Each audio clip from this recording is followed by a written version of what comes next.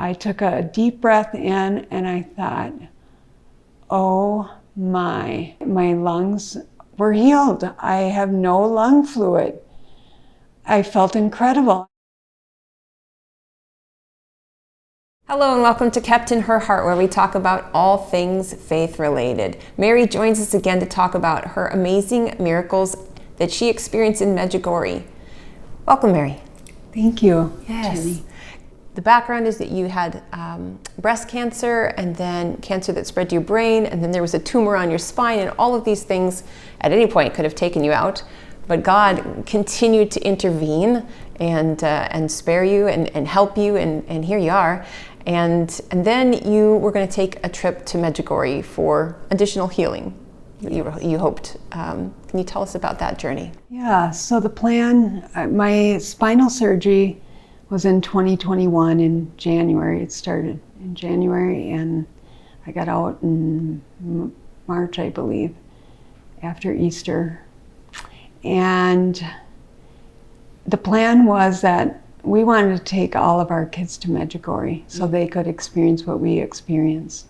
So the plan was we would take our oldest, and we were going to go in October of 2021, but we ended up getting COVID in our family right before the trip, and so we obviously couldn't go and had to postpone our trip. So we ended up going in June of 2021. Okay. And at the time, it was going to be the 41st or the 42nd anniversary of the apparitions that happened in Medjugorje. There were going to be a lot of pilgrims there at the time that we were there. Sure. In June. Yeah.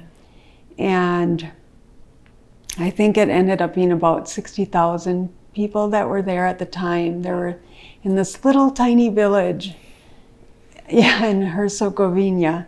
During that time, it was another incredible trip where you felt such peace.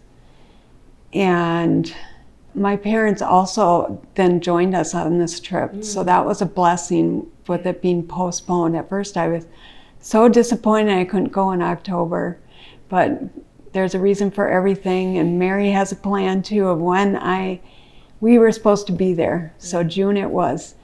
And so halfway through the trip, we were going to go in the morning, we were going to hear the Chinaklo men speak. And the Chinaklo men, it was a community of men started by a sister that wanted these men that were dealing with addiction of some sort to come together, live together in community, and learn to work together and to overcome their addiction. Sure. And for them, some of it's a struggle living with someone else and getting along with them and doing jobs. Yeah. They built the whole auditorium that they were speaking in that morning. Wow. And it looked professionally done. It was just incredible.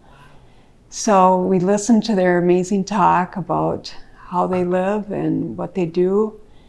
And part of the thing that I'll get to is they carry people up Apparition Hill, which is a steep, rocky climb up to where there's a statue of Mary at the top, where people put their prayer petitions in, pray there at the top with Mary, and pray for miracles. And as you're in Medjugorje, there are so many miracles that you can witness. I think back to my 2017 trip. A lady in Mass gave me a picture of the host of Jesus with a light, a circle illuminating above the host. And we took a picture one day of 3 crosses in the sky. There originally were more, but from airplanes. When do you see a cross from an airplane? Yeah. So there's just so many incredible pictures. We had been praying, and Stephanie Persik had come up to me. Well, they had been praying the Divine Mercy Chaplet going down the hill of, I think it was Cross Mountain. And I couldn't do it, obviously, because I was so disabled. And she said they were praying the Divine Mercy Chaplet with other pilgrims in our group. And she turned around and there was a young brother and sister that were helping an older lady come down the hill. And she said she saw the Divine Mercy rays right over those two, or three of them. Sure. And then she turned around and she said, I saw Padre Pio and he winked at me. And she said, I know that was for you. And Padre Pio's message, famous message, is always pray, hope, and don't worry. Yes.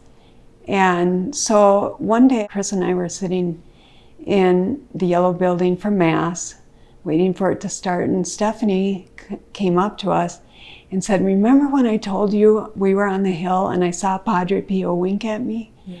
She said, I reached in my pocket today and there was a Padre Pio coin that I have never seen. And she said, this is for you. And she gave it to me.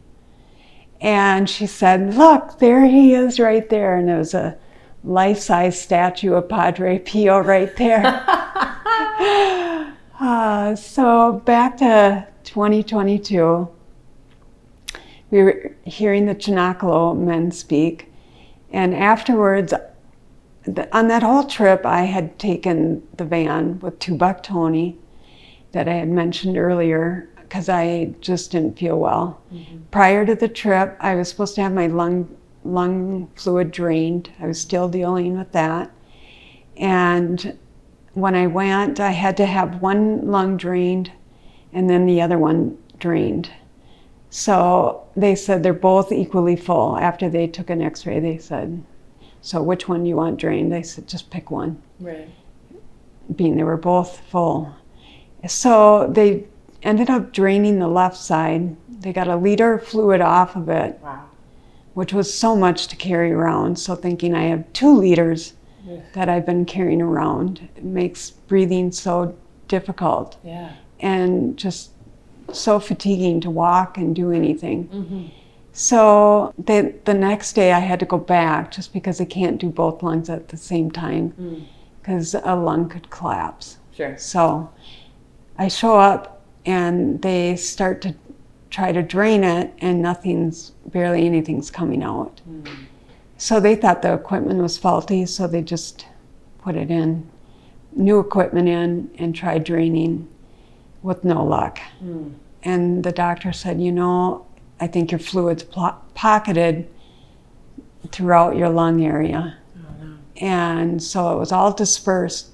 So really they couldn't do anything. So the other options were maybe eventually medication, surgery, just wasn't unknown at the time. Sure. So I was so disappointed after that, just thinking, what am I gonna do? I called a friend, Regina, who was on our 2017 pilgrimage. And Regina had gotten messages when we were in Medjugorje. Her head would drop and Mary would give her messages. So I thought, I just feel like contacting Regina and just telling her about my problems and see if anything comes to her. Mm-hmm. And just getting advice from her. And so Regina said, I'll pray for you. And she said, I'll let you know if anything comes up. She sent me a text and she said, I just want to let you know I went to Mass today. I prayed the rosary for you. And the word trust stood out so much for you. Yeah. And I thought, she's exactly right. I need to trust. I need to trust God's plan. Mm-hmm. He knows what's best for me. I have to trust. So I was so thankful for that message. It just spoke to my heart. We had a trip to Florida, our family did, that was planned, I think a year or two earlier, but then COVID hit, so it had to be postponed. Well, we were supposed to go shortly after I had my lungs drained, but then I ended up going to Florida with my family, with the whole liter on my right side. It was hot, I was miserable, it just really was not a fun trip for me. Then we were home for 3 days, and then we left for Medjugorje. Oh, wow. That's exhausting. It was exhausting. And so back to my story, when we were there and we met with the Chinakalo men and talked about their addictions, we left and I walked for the first time back to where we were staying, which wasn't a very long walk, but I thought, I feel good this morning. I want to walk instead of taking the van. Yeah. And then from the van, when we got back to where we were staying, we took the van to Mass. Mm-hmm. And I got out there and I was walking just fine. Didn't really think a lot about it, just thinking it was a great day. And we went in for Mass, and near the end of Mass, I took a deep breath in and I thought, oh my lungs were healed. I have no lung fluid. I felt incredible, and I thought, I walked this morning without even thinking about it. And I started to cry, and I hugged my dad and my mom and Alyssa, and then shared it with our pilgrimage group. I was just so excited about that. That's incredible. And I forgot to mention that prior to that, Tubak Tony, who came through on the 2017 pilgrimage and got us set up with an apparition of Yvonne's, he wanted Alyssa and I to go to another apparition.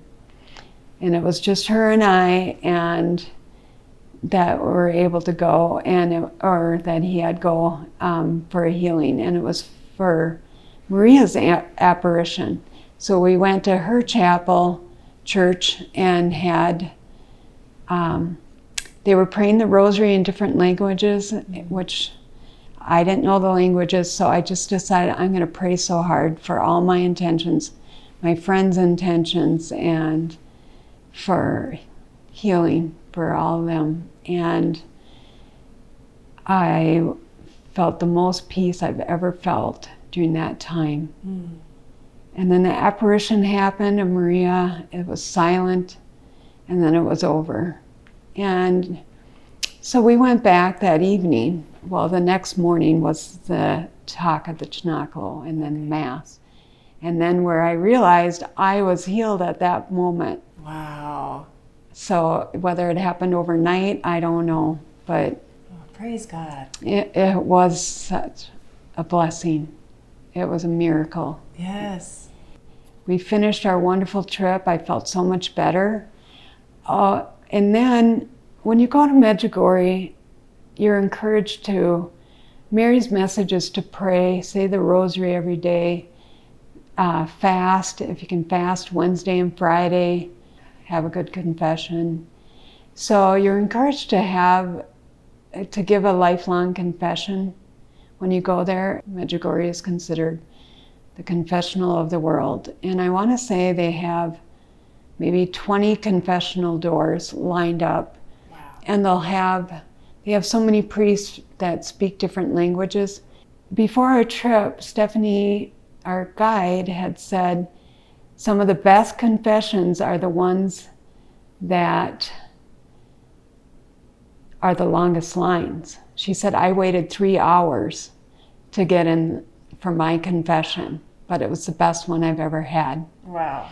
She said, I had gone to this Irish priest, so others of us heard that he could read souls.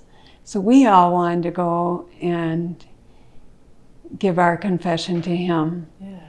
So there were 3 women on our trip that were sisters to each other, biological sisters, that were so incredibly kind. And Alyssa and I showed up after they were there, and they said, you guys are going to go in front of us. Oh, wow. So they let us in front of them, and it was the most incredible confession I've had. I just was such at peace, and it just was an incredible experience. And I left the confessional feeling great. The priest said to me after, he said, I want you to say, Sacred Heart of Jesus, I place all my trust in you. And smile after you say it. Repeat that. So that was my penance that I had gotten, is to just trust in Jesus. Yes. And after that, the Chinaklo men, the men that were dealing with addiction, they carry people up Apparition Hill. They carried me up in 2017. They carried me up again in 2022 because I couldn't climb that. Mm-hmm. And in 2017, I was fearful that they'd drop me. In 2022, I had complete trust that they had me, 4 men. Nice. And I remember in 2017, because it was hot and they sweat carrying you up. Yeah. It's hard, yeah. And the footing. And I remember saying to one of the men, I feel bad you're carrying me up. And he said, oh, don't feel bad. He said, these hands have done so much bad. Now they get to do good. Yes. Oh, so powerful. Incredible men. And like I said, no fear during that. And just a funny story, when I got home, I was listening to Relevant Radio, and Drew Mariani, who prays a live chaplet, he had was talking about Medjugorje, and he was talking about these men that carry people up, and they were carrying a paralyzed woman up Apparition Hill, and they accidentally dropped her. Oh no. And the lady said, it felt like I was falling on clouds or a pillow. It was such a gentle fall. She got up and started walking. She was healed. That's incredible. I know it was. And I thought, maybe I shouldn't have trusted. Maybe they should have dropped me and I would have been healed. Oh. But again, God has his plan. Yes. I still have my cane and it's not my time yet.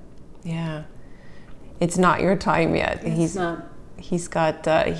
shown you just over the years that he's continually, said, no, you have more to do here. I've got a greater purpose for you still. Yes. And he's still got you kicking here. Yes, he does. And it's all the prayers. I have strangers praying for me, or people I've never met before. I think that really shows the power of prayer and how he wants us to be in community with each other. Right. Well, I imagine that you've gained a greater trust.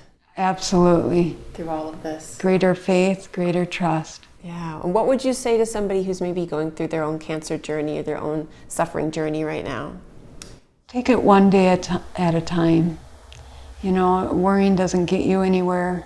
I know, as hard as it is, just trust and trust God. I can't imagine this journey without any faith. I really don't know how people get through it. Yeah, I think that's a great message, just to trust God in all things. Yes. Thank you, Mary. You're welcome. I hope you guys enjoyed her sharing her story, and I would love to hear about your guys' stories of how God has intervened and interceded in your life, any miracles, and any experiences of your trips to Medjugorje. I'd love to hear all about it in the comments, and stay tuned if you'd like to hear more like this. Thanks for watching.